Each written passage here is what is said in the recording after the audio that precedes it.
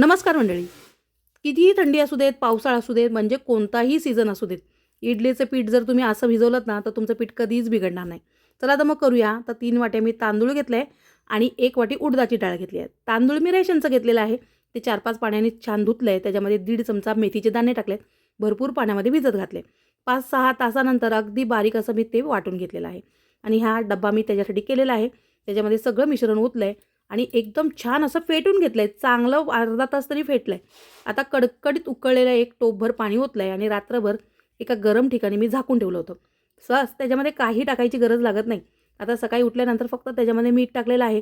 आता करा याच्या इडल्या करा, डोसे करा. डोसे कडक करायचं असेल तर कडकसुद्धा करू शकता, सॉफ्टसुद्धा करू शकता. उत्तप्पा वगैरे सगळं काही करू शकता. इडल्यासुद्धा खूप छान होतात त्याच्या. आणि तुमचं पीठ ना कधीच कोणताही सीझन असू देत कधीच बिघडणार नाही. अशा पद्धतीने नेहमी करून बघा. तर आता मी हे तुम्हाला फक्त इडलीची पिठाची रेसिपी दाखवायची होती, म्हणून मी ती तुमच्यासोबत शेअर केली आहे. आता इथून पुढे परत व्हिडिओ करेल ना, तेव्हा इडलीची रेसिपी नक्कीच तुमच्यासोबत शेअर करेल. आणि आपला लाडवांचा बिझनेस आहे. तर हे मेथीचे लाडू आहेत, ड्रायफ्रूटचे लाडू आहेत, डिंकाचे लाडू आणि हे आहेत ते हिरव्या मुगाचे लाडू आहेत. तर आपल्याकडे मेथी, डिंक, ड्रायफ्रूट आणि हिरव्या मुगाचे असे लाडू मिळतात.